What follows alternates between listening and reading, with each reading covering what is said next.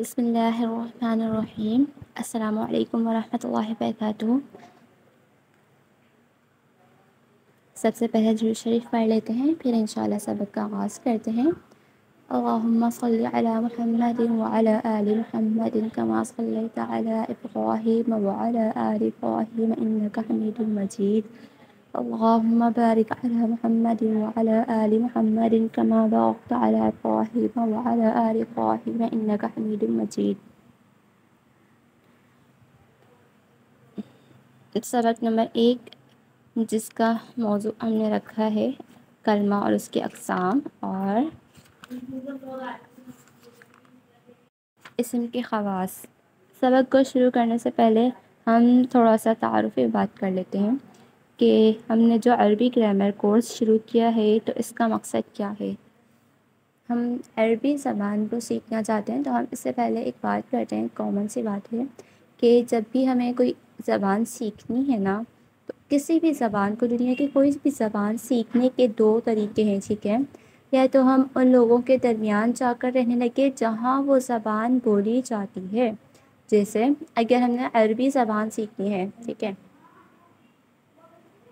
تو عربی کے لیے ہم کیا کریں گے، عرب ممالک میں چلے جائیں تو وہاں عربی بولی جاتی ہے، ان لوگوں کے درمیان جب ہم جا کر رہیں گے تو پھر وہاں سے ہم عربی سیکھ سکیں گے، ٹھیک ہے۔ اور اگر ہم وہاں پر نہیں جا سکتے، ہم اپنے ہی ملک میں، اپنے ہی لوگوں میں، ٹھیک ہے، زبان سیکھنی ہے تو ہم کیا کریں گے، گرامر، اس زبان کی گرامر کو سیکھتے ہیں، ٹھیک ہے۔ جیسے ہم انگلش گرامر کو اسٹڈی کرتے ہیں تو کس لیے، انگلش لینگویج کو سیکھنے کے لیے نا۔ ہم یورپین ممالک میں تو نہیں جا سکتے انگریزی سیکھنے کے لیے، تو ہم اپنے ملک میں کیا کرتے ہیں، اسکول کالجز میں کیا، انگلش پڑھانے کے لیے اس کی گرامر سکھائی جاتی ہے، ٹھیک۔ تو ہم نے بات کی کسی زبان کو سیکھنے کے لیے 2 طریقے ہیں، یا تو ان لوگوں کے درمیان جا کر رہنے لگے یا پھر اس کی گرامر سیکھیں۔ تو ہم اس کورس میں انشاءاللہ عربی کی گرامر کو اسٹڈی کریں گے، ٹھیک ہے۔ اب دوسری بات کہ کسی بھی زبان کو میں ماہر ہونے کے لیے نا 4 اسکلز کی ضرورت ہوتی ہے، ٹھیک ہے۔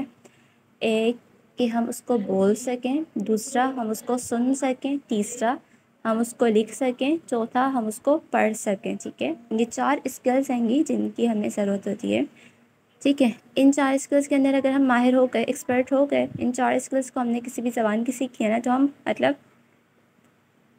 اس زبان میں ہم ماہر ہو چکے ہیں، ٹھیک ہے۔ جیسے ہم مثال لیں اردو زبان کی، تو اردو کو ہم بول سکتے ہیں، لکھ سکتے ہیں، پڑھ سکتے ہیں اور سن سکتے ہیں، ٹھیک ہے۔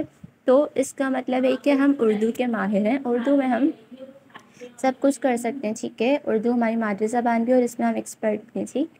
اب ہم بات کرتے ہیں عربی کی کہ ہم نے اس کورس میں عربی سیکھنی ہے، تو عربی کو کس حد تک سیکھیں گے۔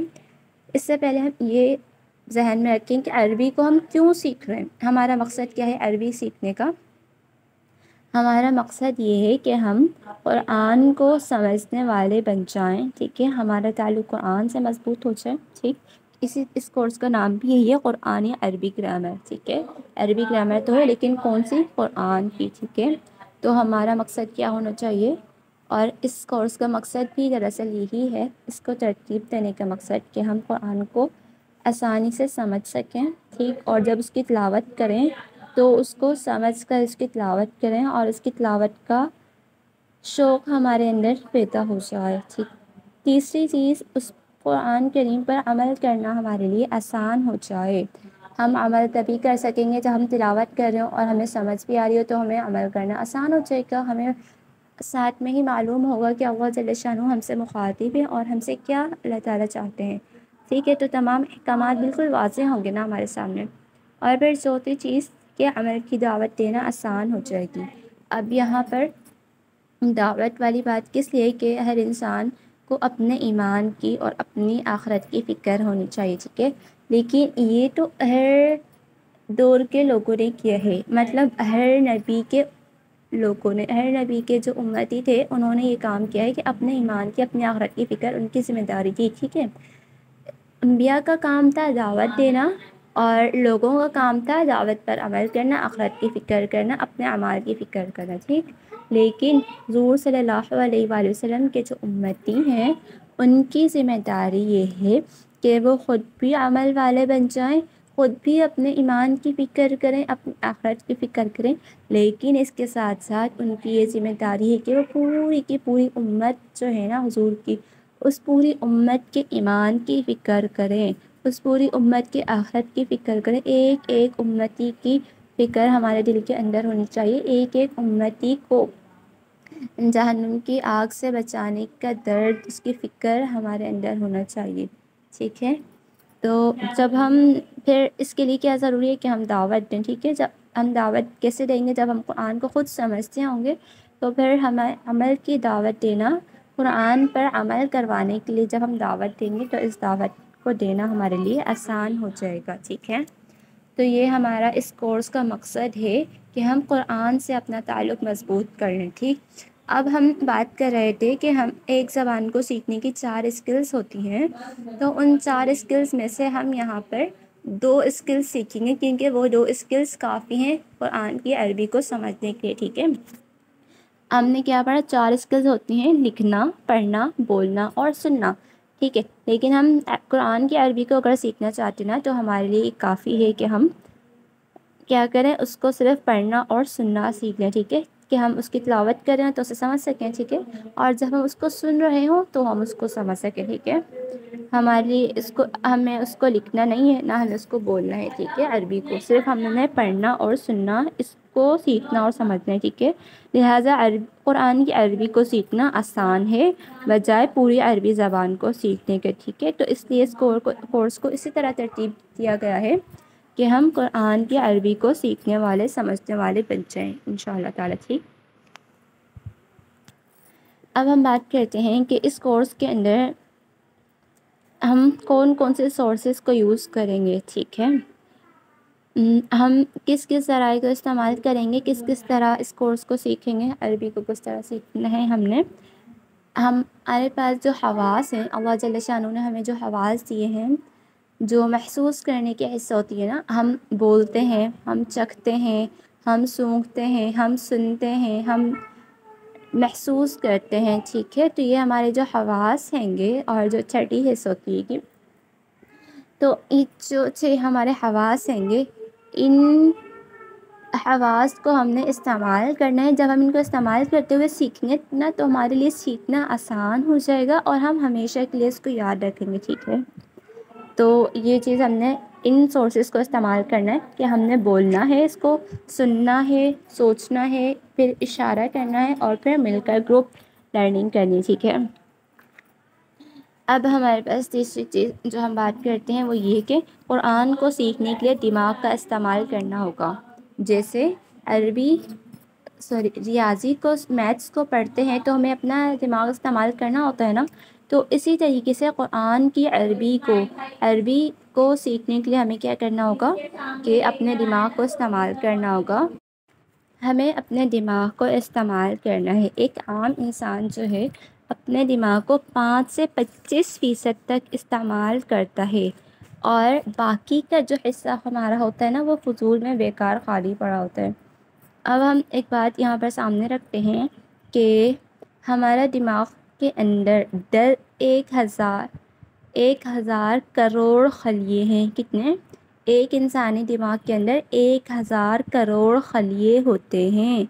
تو اگر ایک انسان بوڑھا بھی ہو جاتا ہے نا تو اس کے صرف 3 خلیے مرتے ہیں، باقی تمام رہتے ہیں، ٹھیک ہے۔ اور وہ 3 خلیے بھی اس وجہ سے مرتے ہیں کیونکہ اس دماغ کو استعمال نہیں کیا جا رہا ہوتا، ٹھیک ہے۔ جب اس چیز کو استعمال نہیں کیا جائے گا تو وہ بیکار ہو جائے گی۔ تو ہمیں کیا کرنا ہے، اپنے پورے مائنڈ کو کوشش کرنی ہے کہ جتنا زیادہ ہو سکے ہم اپنے دماغ کو استعمال کریں، اپنے دماغ کی صلاحیت کو استعمال کریں، اپنے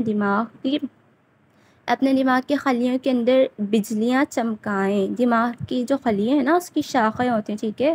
تو ان شاخوں کو ہم اس میں کیا کریں، بجلی چمکائیں۔ بجلی چمکانے کا مطلب یہ نہیں ہے کہ ہم نے لائٹس آن کر لی بہت زیادہ تو ہمیں لگے گا کہ اب ہمارا مائنڈ زیادہ کام کرے گا، نہیں، بلکہ ہمیں اپنے دماغ کی بجلیوں کو کس طرح چمکانا ہے، کس طرح ان کو جلانا ہے۔ اپنے جو حواس ہیں گے نا، یہ جو ہمارے حواس ہیں ان کا تعلق ہمارے دماغ سے ہوتا ہے، تو ان حواس کا استعمال کرتے ہوئے جب ہم بولتے ہیں نا تو ہمارے مائنڈ اس ٹائم کام کر رہا ہوتا ہے، جب ہم سنتے ہیں نا تو اس ٹائم ہمارا مائنڈ کام کرتا ہے، جب ہم محسوس کرتے ہیں، ٹچ کرتے ہیں نا، چھوتے ہیں تو اس ٹائم ہمارا دماغ کام کر رہا ہوتا ہے، ٹھیک ہے. جب ہم موو کرتے ہیں تو اس ٹائم ہمارا دماغ کام کر رہا ہوتا ہے. تو ہمیں کیا کرنا ہے کہ اپنے حواس کو استعمال کرتے ہوئے اپنے دماغ کی خلیوں کے اندر بجلیوں کو چمکانا ہے، ٹھیک ہے. اور اس کے ساتھ دوسرا طریقہ جو ہم نے اختیار کرنا ہے وہ یہ کہ ہم نے تکرار کرنی ہے. ٹھیک، کیا کرنا ہے؟ تکرار کرنی ہے، مطلب اپنے ساتھیوں کو سنانا ہے.